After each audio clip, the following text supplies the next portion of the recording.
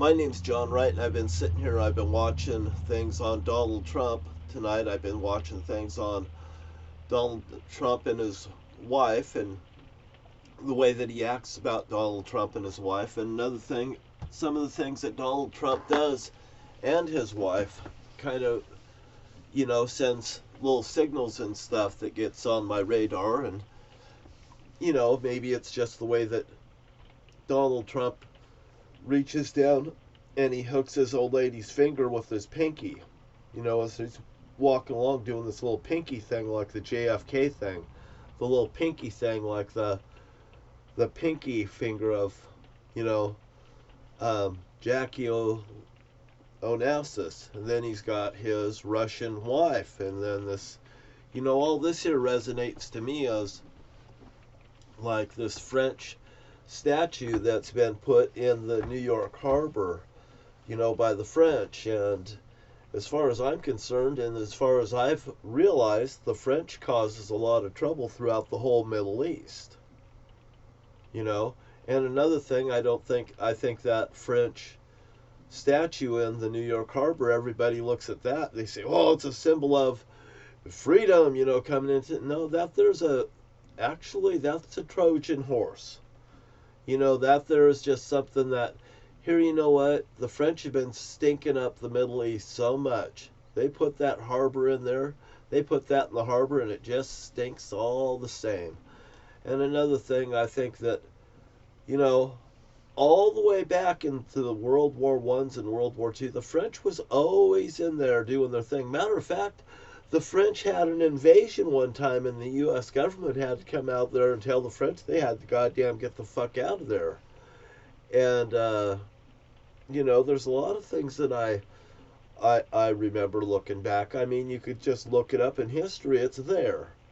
I'm not sitting here trying to make something out of something that isn't there, but I'm showing you something that is absolutely there. And if it wasn't there, there wouldn't be a statue in that harbor of New York City. What was the real mentality of all that? Because what? We ended up pouring fucking wine in the streets.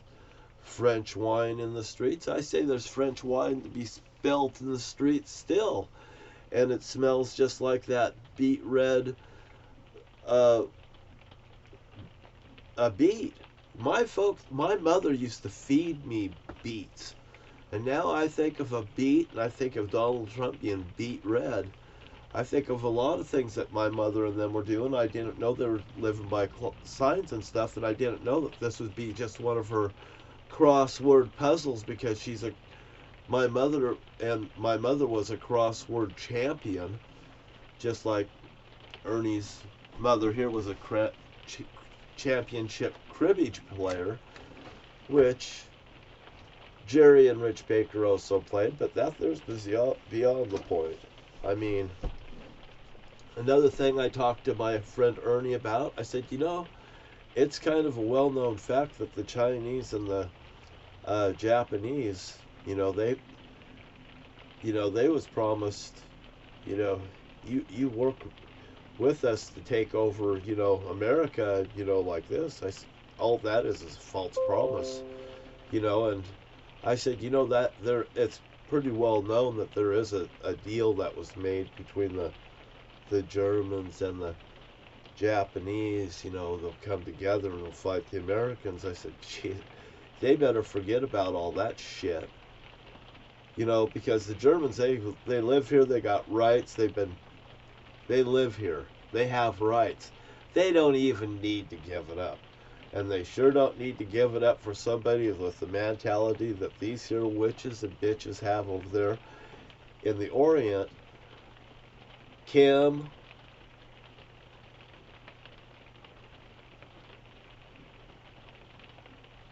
was it Ling, President Ling? Their colors show what their colors is. Expanding through the Philippines. Is Hawaii next? Because I'll tell you what, I was on with Miss Beautiful, and she's related to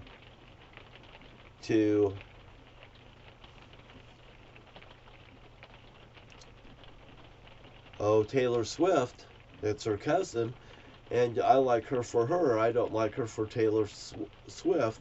I think it's neat that it's her cousin, but if I wanted a relationship between the two of them, I would say that Kaylee's more my type than uh, than uh, Taylor Swift. Taylor Swift's a beautiful woman, and I just think that she has a really nice man and stuff, and I think that she's happy with what she does. But I don't think that anybody should put her on the spot for how she personally feels. What she feels in her heart is right. For any of these newscasters to say anything against Taylor Swift, they better go look in the mirror, because they just look terrible now. In my eyes, all of these people that have said one thing against Taylor Swift should just crawl in the fucking hole where they belong. They just don't really, they're so out of touch with reality. They're just newspaper reporters. But they want to say basically that they're the fucking rock star of fucking whatever. And she's the heartbeat of the city. She's the heartbeat of the people. She's like the professional bowler in bowling. And everybody fucking knows if you want to be the best, you got to beat the best. And there's no way that people can beat Taylor Swift. I mean, it takes a really popular player to even be in that same bracket as this woman. And these other women, they gosh darn know it. You know, but Taylor Swift has to give up so much to be so good. You know, what happened in Taylor Swift's life to cause Taylor Swift to be so good? I would like to know that story right there, because I'm always a person that wants to know about the inside story of the story, what makes a person tick. And that's why people don't like it when I get on their case, or that's why people bring it to my attention, about somebody, and they'll go, really, is that right? Well, I'll tell you in about 24 hours what I think. I'll go goddamn find out all about this person. And you know what happens is, I have a nephew named Zach. And Zach, you know, I feel like he was taken away from me, too. I mean, this is my Aunt Debbie's. You see, my Aunt Debbie is passed off to me as my sister. So what would Zach really be to me? He's not really my nephew no more. He's really what, my uncle or something? I mean, but the family has been doing all this stuff behind my back. I guess incest is fine, because I've had family members come and act like they want to have sex in my bed with me. And I literally said, just get the fuck out, you know, or look at them and say no, you know. I mean, I've been in bed fucking with my blankets around me in bed, and had my niece slip into the fucking bed, lay right next to me, you know, and say something like, Uncle John, what are you doing? I said, you see that door? Get the fuck out. You know, I mean, I don't need a family member jump in my fucking bed like they want to have fucking something on me. You know, this same girl, prior to this girl doing this, I just want you to know that prior to this girl doing this to my family, she asked me, she said, so what are you going to get me for Christmas? You know, because sometimes she probably heard that I've got people gifts before. And I don't even wait till fucking Christmas to give a person a gift. I got them gifts. I give them a gift then. I mean, Jesus Christ, if I see something that somebody likes, I buy something for somebody because I've seen it. I just know they'd fucking love it.